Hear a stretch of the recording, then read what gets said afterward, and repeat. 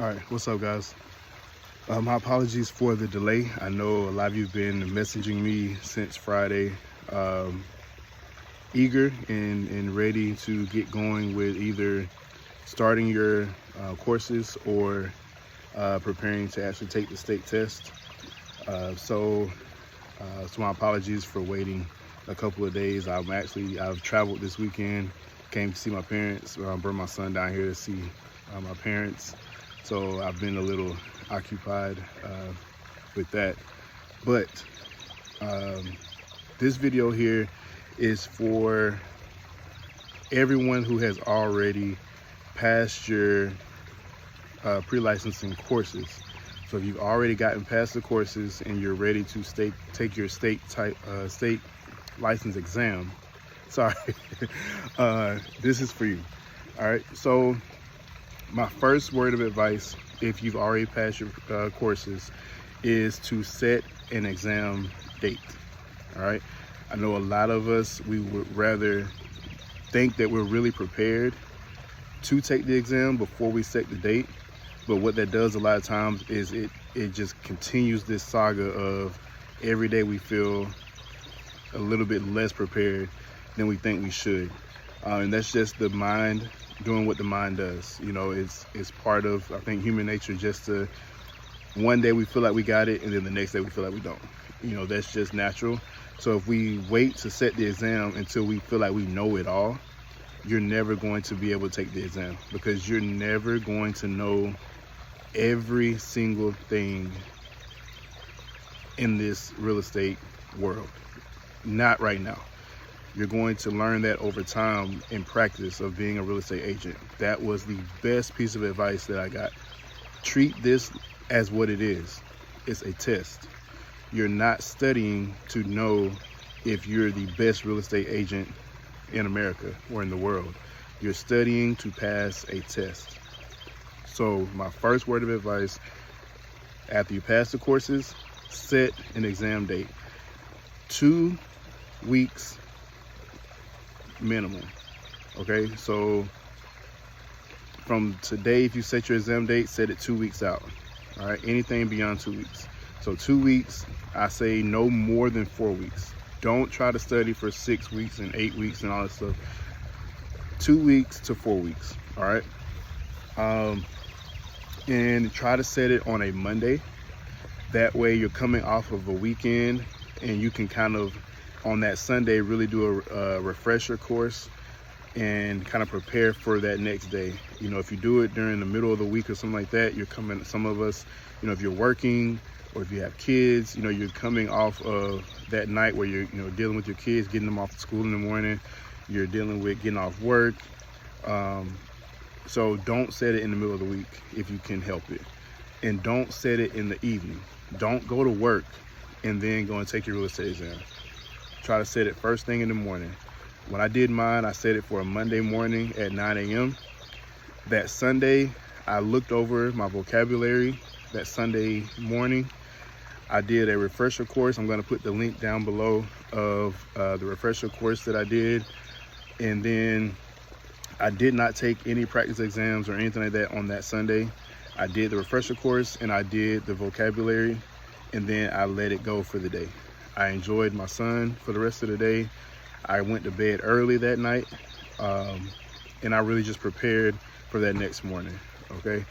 I dropped him off at school and I went straight to the testing site, and it worked out perfectly for me, okay? So those first two things, 2 weeks out, no more than 4 weeks out, and then try to set it on a Monday morning, especially if you work. You know, try to get off or go in late that day or something. Maybe if you can get off for that whole day, that would be perfect for you. So that way Sunday, you're kind of preparing, you ease your mind, you relax, and then you get ready to take the test, okay? Let's see. For this video, the next thing I would say is focus on vocabulary first and last. Vocabulary is really the whole test. Knowing your vocabulary, knowing what things mean inside and out for the best part that you can. All right, so just knowing about the appraisal process, knowing you know, what a agent responsibility is, knowing what an agency responsibility is, knowing that vocabulary is going to help you pass this test.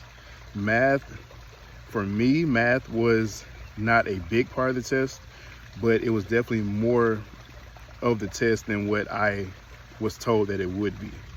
And so knowing like calculations as far as how to come up with your commission splits and things like that are going to help you as well, but they're not as important as the vocabulary. Okay, so once you set your exam date, the first thing I would do is set a schedule every day. Try to study at least an hour a day. If you can do more than that, that's good. Don't try to study for 8 hours, 5 hours, stuff like that. Allow your mind to process things little by little. Start with vocabulary. I'm gonna put a link in here for the vocabulary that I used, the instructor that I used on YouTube. He really helped me. It's just literally just flashcards, just going over the definitions. I did that every single day. All right. So like I said, I did my whole entire process in 5 weeks. That looked like, for me, the first 2 weeks I took the courses. So every day I was taking one course in one section in the morning, probably like 2 at night.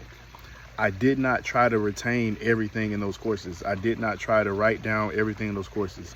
Literally, the units will give you key terms at the end or at the beginning of every course and at the end of every unit, I mean. So take those key terms, you can print them out or whatever. Those are the most important things to take from that unit. Now, to pass the courses, you do have to know a little bit more about what you learned in the courses, but as far as the state exam goes, for me, it looked nothing like the course exam at all. The wording, the length of the questions, the details of the questions, it looked nothing like the courses at all. So don't try to retain every single thing from those courses. Like, treat it as a test. Get through the courses, study for the course exam, and then once you pass that course exam, completely reset your mindset to how you have to study for the state exam, because it's completely different. Okay, so like I said, for me, I did one section in the morning, 2 sections at night, and then so it took me about, I say, a week and a half, and then I studied for about a day or so, and then that Friday I took the course exam. I had a proctor. You have to, you know, tell them who your proctor is going to be. If you're doing it online, you have to let them know who your proctor is, their phone number, their address, and all that kind of stuff. Try to get someone, like, try to be as honest as possible. Get someone who doesn't have any type of benefit from you passing this course. Try to get someone who's not going to allow you the opportunity to even think about looking at notes or think about trying to, you know, make it easy for yourself. Like, get someone who's going to hold you accountable, because if you don't be honest during the course exam, that state exam is going to kill you, because those proctors in the state exam are on you. You're not taking anything in that room at all. So don't cheat yourself out of getting a mental preparation of what that state exam is going to feel like. Okay, so for the course exam, I actually went to the library. That way I was in a different setting than my house, and I took the course exam with a proctor that works for DDS. So she's a notary, and she, you know, has no benefit. No, she didn't know me from a can of tuna. So she literally sat there doing her work as I'm taking this exam. I had nothing in there with me. I took the course exam. Once I passed that, I took a whole entire week off. So 2 weeks of courses, I took a week off. And I set my exam for May 12th, a Monday morning at 9 a.m. I took a week off. I played with my son. I was at his field day. I did everything, kind of taking my mind off of real estate for a little bit. And then that 2 weeks leading into my exam, I started studying. I started with the vocabulary. Every day, that vocabulary that I'm going to give you takes about an hour to get through the whole vocabulary flashcard list. Do that whole hour every single day, and pay attention to it. I literally would play it in my car. I was doing it more than an hour. I would do it like an hour where I'm just sitting there literally sitting and watching it, and I'm like trying to remember certain things, like the word would come up and I would try to give the definition of it, you know, stuff like that. but then I would literally play it in my car as I'm driving. My son will tell you, like, he probably knows most of these real estate terms by now because we're playing it all the time while we're in the car, while we're doing whatever. You know, I'm cooking, I'm playing the vocabulary terms just over and over and over and over and over. So then that Tuesday, I started studying on a Sunday. That Tuesday, after I went through a few of the prep courses on YouTube, that Tuesday I took a practice exam with Prep Agent. Prep Agent's a really good site to get practice exams from. I took a practice exam for state specific, and I took a practice exam for national covered. And I seen how I did on those, and that let me know that, hey, I'm gonna be okay because I know this vocabulary. Like I'm seeing things, I'm remembering it. Like vocabulary wise, I was on it. So then I was like, okay, well, let me start looking at where I'm either short or where I need to, you know, just work on a little bit more. Like, you know, math concepts were a big thing. I saw that I was short in that. You know, if you short in like finance or anything of those topics, you see that with the practice exam. You see where you're falling at, so you can start kind of setting a day aside to cover one topic at a time. Like a whole day, nothing but finance plus vocabulary. A whole day, nothing but real estate practice plus the vocabulary. You know, whole day of laws, state specific, plus the vocabulary. So you do that. And then, like I said, that last weekend, right before your test, that Saturday, I took some practice exams. And the way I set my practice exams up is if it says that you're going to have 100 national questions, I set my practice exam up with 150 questions. Or if they let you do 200 questions, do 200 questions. My state specific, it says you're supposed to have 52. Like I said, I only had 21 on my actual test, but they say you're going to have 52. I set my practice exam up for 100 questions. So I was always seeing way more material than what, you know, they're going to give you on the test. So I did that all day Saturday plus the vocabulary. Okay. Sunday, like I said, I got up, I did vocabulary. I covered some topics, just like a brief little run through of everything, which I'll give you the link for that as well. And then I relaxed the rest of the day. I cooked that day. I think me and my son might have made cookies, and we had ice cream. Like, I was nervous. I'm not gonna tell you no lie. I was nervous, but I did as much as I could to get my mind off of it. And I had to do that also. My son, he was kind of feeling my nerves a little bit, and I could tell it. So I had to do something to kind of get his mind off of things as well. So that's why I say Sunday, just take your mind off of it. Study for a little bit. Do not try to study all day. Do not try to study all through the night. That's my advice. Now, if it works for you, if you're a crammer, do your thing. But my advice is not to try to cram all day Sunday. If you set this up to where you're doing it little by little every day, you won't need that cram day. Okay. So then Monday morning, I got up. My mom actually told me not to drink coffee. I'm a coffee drinker, but I'm also a very anxious test taker. So my mom was like, don't drink coffee. She took some class years back when she was getting her license in insurance, and she said one thing that she was told was not to drink coffee if you're already going to be nervous, if you're already going to be anxious, because that's just going to speed your heart rate up. You know, and that makes plenty of sense, right? So I didn't drink coffee that morning, which is different from me. I drink coffee every single morning. I didn't drink coffee that morning. I got up, I drank water that morning. I ate a small breakfast. I didn't try to do anything too out the ordinary. You know, I didn't try to cook myself a big 5-star breakfast and stuff like that, because I don't do that on the daily. The only thing I changed that morning was not having coffee.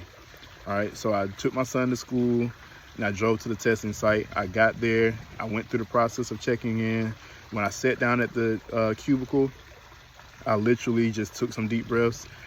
I said a prayer, and once I clicked the mouse, my hand was literally shaking because I'm like, this is it. You know, I don't want to take this test more than once. That was my big thing. And my reasoning wasn't anything to do with being embarrassed about it as far as like public consumption or my broker or anything like that, because they made it very clear people are taking this test 2, 3, 4, 5, 6, 7, 8, 9, 10 times. They made it very clear. It's not unusual to take the test more than once. So do not feel obligated to pass on the first time. Do not feel bad if you don't. But my reasoning was because my son, who's 9, about to be 10, you know, just explaining to him, you know, we've been doing this for 2 weeks solid of him listening to these vocabulary words and him doing that and understanding the gravity of this test and knowing that, hey, when dad passes this test, he can do what I see on HGTV. We watch this all the time. My dad gets to do this stuff. And I just was like, I don't want to explain to my son that I didn't pass. That was the weight that was on me. That was the motivation for me. So if you know what your motivation is, if you know what your why is, why are you doing this? Why is it important to you? Use that every single day to make yourself stay to a schedule and study on that schedule. Do not try to cram everything. Do not think because you miss something on a practice test that means you're gonna fail. Do not think that you have to know every single thing, because I'm telling you, my nerves got in my way so bad that I would literally look at a flashcard and it would say, what is the primary responsibility of an agent? And I'm sitting there drawing blanks.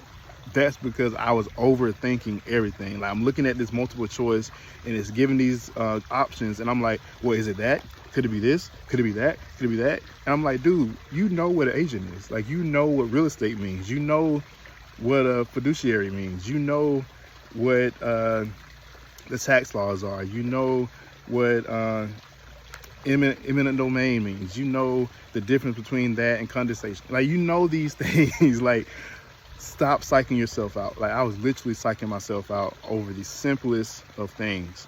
That's why I say, do not try to cram. Do not try to overdo things. Do not try to study 8 hours a day. Give yourself a schedule. Stick to that schedule and learn your vocabulary, okay? When I looked at that test, I got off topic a little bit, but that day, so I'm sitting down, I start the test. The first question was an easy one for me. So I got that one. And I found myself, I was like, oh, wait a minute, could it be this? Oh, wait. So I literally slid my chair back at that moment, and I told myself, do not second guess yourself. Do not second guess yourself. So I slid back up, started taking the test. The ones I knew, I did them. The ones that I was like, this could be this or it could be that, I would mark what I think it is, but then I would bookmark it so that it would leave it for me to have to come back to.